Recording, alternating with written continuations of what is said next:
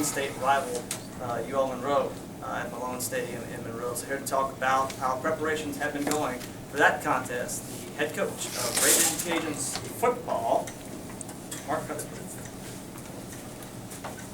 Thanks, guys. Hey, real quick before we get started, I'd like to confirm that walk-on reserve Eric Ferguson and reserve Daryl Green have been removed from the team due to violation of team rules. At this point, neither myself or our players will have any further comments or questions answered from us. Any other questions should be directed to Aaron Martin and the UL Communications office. Those numbers can be given to you by our SED office. With that being said, neither myself, like I said, our players will be addressing that any further today. That has been handled within our football program. And we're here right now from this point forward to talk solely about the UL game this weekend as we face a very challenging team in Monroe. To me, one of the best teams in this conference right now. That team is playing with a lot of confidence. That's got an incredible quarterback that's really making that team go. And it will be a challenge to stop him. And then what they do defensively also poses a lot of challenges. So I think they're a team that you can see. There's a reason they're playing so well. Like I said, it all starts with their quarterback, Colton Browning. Very, very good quarterback. Our team also knows the importance of this game as it's a rivalry game. Right now, our football team, to me, is what we call 2-0 in rivalry games. That would be, Tulane and last year's ULM game. And they understand the importance of this game. They're going to prepare hard all week. They've already got a great start on their preparation. And they are totally focused to try to get our football team back on track, as we felt like really the last 6 quarters we have not played up to our standards or up to our capabilities. And so hopefully we can get some things straightened out this week, because we'll definitely need to have them straightened out before we travel to Monroe for a big conference game up there up that way. So with that, any questions about the Monroe game? Coach, taking a look at ULM, at least in years past, I think it was a forced rivalry by a lot of folks, but now with both ULM and UL kind of in the upper tier of the Sun Belt, and considering last year's game especially, right, how much, as you would say, juice has been added to this rivalry and making it an actual rivalry game? Well, I think, with our success last year and then their success coming off, the start of this year, they're 5-2. Last year at this point, we were 6-1 at the same point last year. And but the way we beat them last year, and with both our teams really doing fairly well within the conference this year, it adds a lot of fuel to the fire. I know those guys are going to be hungry to get after us and try to return the favor. But our football team is going to be prepared. They're going to be ready to play hard as we head up that way. So it'll be a big game. I know our football players are looking forward to it.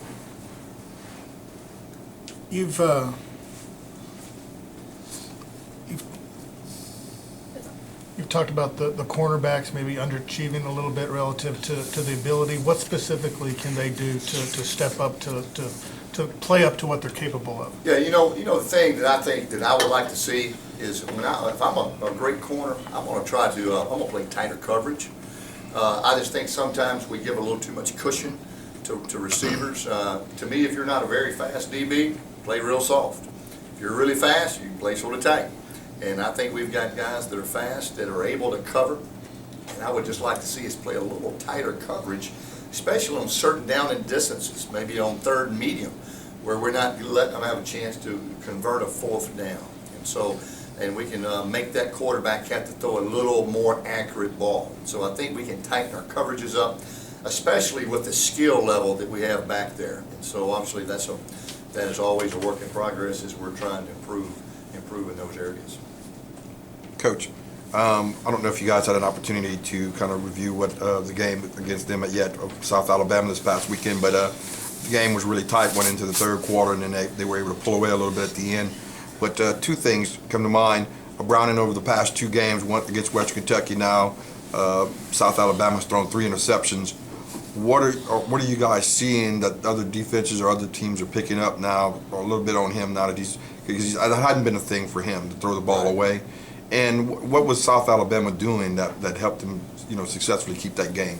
I think both those teams had solid plans, and the whole key is I think teams maybe get a little better pass rush on. If you can get him moving his feet, and he likes to break out of the pocket, you've got to do a great job of covering wideouts once they break the pocket, because he can hurt you outside the pocket just as well.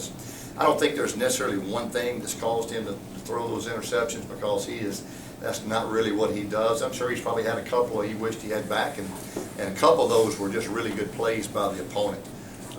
But nevertheless, he'll be tough to stop, and I can guarantee you this: he'll play lights out versus us. So we'll have to bring our A game.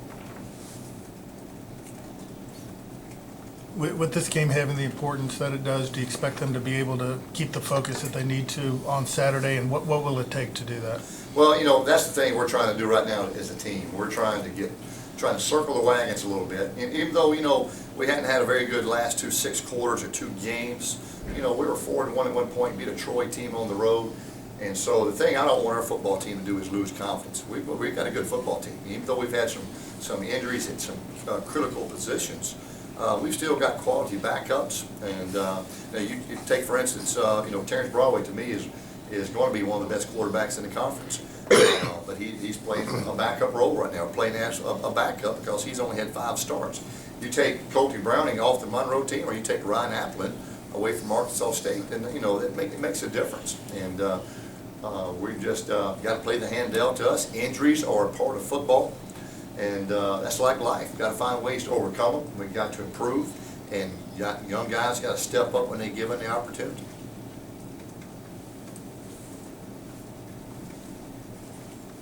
When you look back at last year's game, what were some things that you were able to do to contain Browning because of that dual threat, and how do you try to maybe implement some of that this year? Well, you've got to have somebody keep an eye on him the whole time. You can't just drop back and cover everybody and just rush a few, because he's going to take off running.